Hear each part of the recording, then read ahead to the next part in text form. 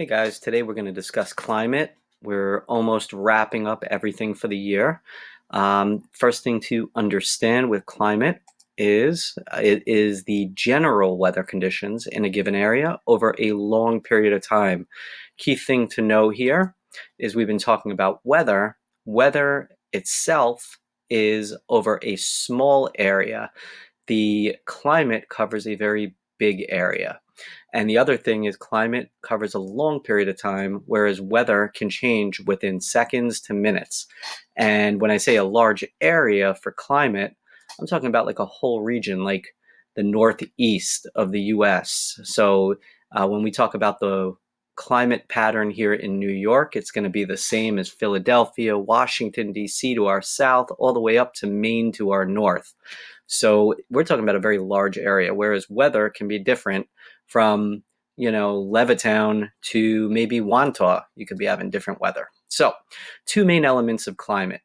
If I was to mention something like Arizona, the first thing that probably pops up in your mind is the climate there is hot and dry because it's the desert.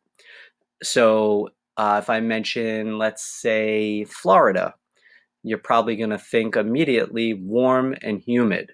So the two main elements of climate are, we're talking about temperature over a long period of time, and also how much precipitation an area receives. So when taking a look at climate, there are four main factors that affect the climate. The first one is the primary factor, the main factor in determining the climate, and that is our latitude. So going back to the beginning of the school year, we looked at the globe and we saw these imaginary lines that run straight across east to west.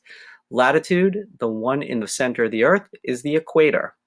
And then as we go north of the equator, we would be measuring different lines of latitude. We measure our lines of latitude whether they're degrees north of the equator or degrees south of the equator. The highest latitude you can get to are the poles, all the way at the top.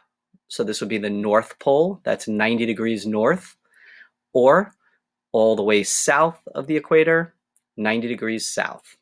And you should know that the hottest place on Earth is the equator. That's because they receive the greatest intensity of insolation, incoming solar radiation.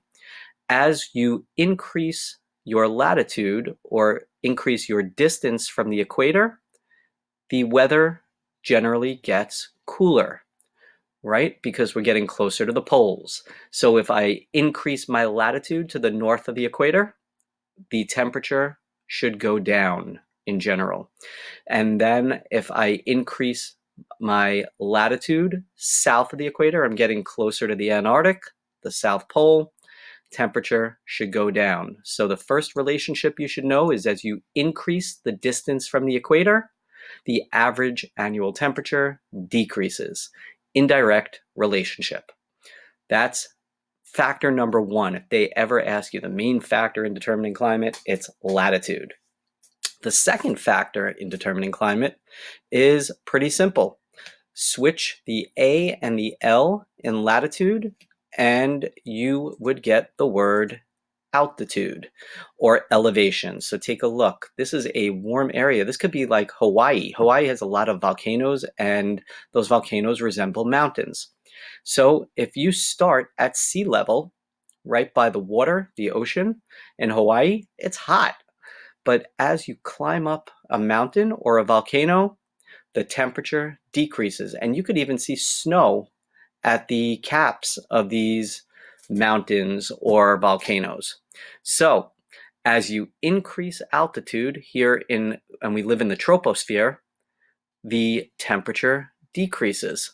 And a good way to remember that is page 14 of the reference table, selected properties of Earth's atmosphere. Again, we live down here in the troposphere. And if you start at sea level, the average temperature is about 15 degrees Celsius. As you climb in altitude in the troposphere, the temperature goes down until you hit the top of the troposphere where you see a low temperature of about negative 55 degrees Celsius. So it makes sense. Just think about climbing a mountain. As altitude goes up, temperature goes down. Same type of relationship as we just looked at with latitude versus average annual temperature. The third factor that affects climate is called orographic lifting, or mountains. And we see this actually, especially on the west coast of the United States. So let's just say this over here is Los Angeles. I'll make this Southern California. So I'm going to just write LA right there for Los Angeles. Well, if you know anything about the weather in Los Angeles, it's nice, it's warm, it's California. And just to the west is the Pacific Ocean. So I'm going to draw a little ocean here, and this will be the Pacific Ocean. I was going to make that the ocean. And this is something that happens a lot. Like I said, on the West Coast, it could happen anywhere, really.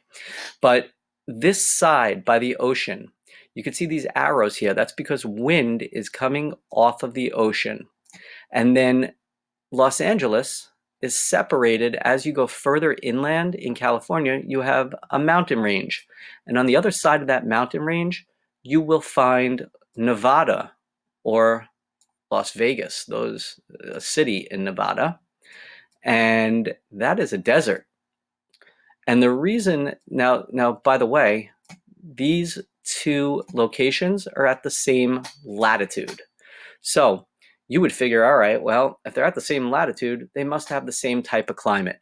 But mountain ranges affect the climate of these two locations. How does it affect it? Because the wind is blowing off of the ocean. As the wind comes off of the ocean, it goes inland and eventually hits the mountain ranges. And you could see once the wind comes from the ocean, we call this side the windward side of the mountain. It's getting hit with the wind, and when the wind hits the mountain, it has nowhere to go but up. So on this side of the mountain, the windward side, the air rises. As it rises, it expands, and you could kind of think of it like a cloud growing. And as the air expands, that should be P-A-N-D-S, the air is climbing the mountain. And if you were climbing the mountain, it would feel cooler. So as the air rises, it expands. The molecules in these clouds are further apart, less friction. It cools. In fact, the air will cool to a certain temperature we've already looked at called the dew point. And when the air temperature hits the dew point, you know you get rain. So on the windward side of the mountain, the air rises, it expands, forming clouds, and cools to the dew point, and you get rain on this side of the mountain. Once the air reaches the top of the mountain, now what's going to happen is it has nowhere to go but down. This side of the mountain is called the leeward side of the mountain. And the air does the exact opposite on the leeward side than it does on the windward side. So instead of the air rising like it does on the windward side, on the leeward side, the air is sinking. As it sinks, there's more air pressure. So it compresses. The molecules get pressed together. And then as they get pressed together, they're bumping up against each other, causing friction, and the air warms up. And instead of getting these clouds like on the windward side, the air dries out. So on this side of the mountain, what you see is the air sinking, compressing, and warming. So you're going to get hot and dry conditions on this side of the mountain. In fact, like I said, Nevada, this is a desert. And that's why we have the deserts out in the southwest part of our country. It's because of those mountain ranges. Okay, so you do need to know this picture. You do need to know exactly what's happening. In fact, I underlined all the very important factors. You should know that the air rises, expands, and cools on the windward side, and on the leeward side, it sinks, compresses, and warms. You get hot and dry on this side. That's where you get your deserts. One last factor that affects climate. Take a look at this map, and we're going to look at two cities here in the US. Here's New York, right here, and if I slide over, here's Chicago. All right, and what you'll notice about these two cities, they're at the same latitude, but there's a big difference. Chicago is toward the center of our country. New York is located by an ocean. And what we've learned about is that the ocean water has a high specific heat. It puts up a great resistance to its temperature being changed. So in the winter, the water will stay warmer than the land because land will cool down quicker than water. So that would be like January here. And if you take a look at the average January temperature, you could see that New York actually has a warmer average January temperature than Chicago. Chicago tends to get very cold during the winter. They get a lot more snow than us. The reason is we're close to the ocean, and the ocean affects us. In the winter, the water will be warmer. So any location along the coast in the winter should have a bit warmer temperature, even if you're at the same latitude, than the city that's inland. Now, during the summer, the water will have the opposite effect. The land will heat up more than the ocean. So Chicago gets these incredible heat waves during the summer, heat waves that we don't see here in New York, even though we're at the same latitude. The reason is the ocean has a cooling effect on us during the summer. So look at the average August temperature. Usually the beginning of August is the hottest time of year. We are actually a little bit cooler, 3 degrees cooler than Chicago. Again, the ocean has the opposite effect than the season we're in. So you could see the yearly range in temperature. This is the coldest month, January, and the hottest month is August. Our temperature range, 81 minus 37, that's a 44-degree temperature range because we're closer to the coast. Look at Chicago. They have a greater temperature range, 53 degrees. They'll have a greater swing in their average temperature from January to August because they are not located by that big body of water, the ocean. Okay, so what do you need to know? You basically need to know this. And here's another map that kind of shows it. Water's high specific heat plays a big role in climate.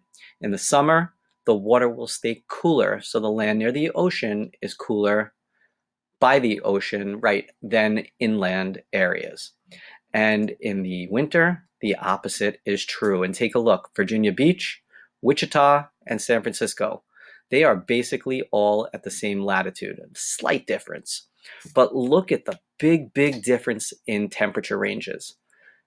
Virginia Beach, the average low temperature in January is 31 degrees. But look at Wichita, 20 degrees at the same latitude. What I'm going to do is I'm going to figure out the temperature ranges here. 89 minus 31, that gives you a difference of 58. That's their range in high versus low temperatures. 92 to 20, that's an average range of 72 for Wichita. And 71 to 46, that's an average range of about 25. The reason being, by the way, San Francisco is by a cool current of water. We just talked about ocean currents, so that's why they stay cooler than Virginia Beach. Okay, so you could see the biggest range in temperature is right here in the center of the country. These guys are nowhere near the ocean. So you'll see less of a swing when you go from when you go toward the ocean. Again, the ocean will play a role in the climate. All right, and again, it has the opposite effect. Remember that. So in the summer, it's going to keep areas near the ocean a little bit cooler. And during the winter, it'll keep them a little bit warmer than locations inland.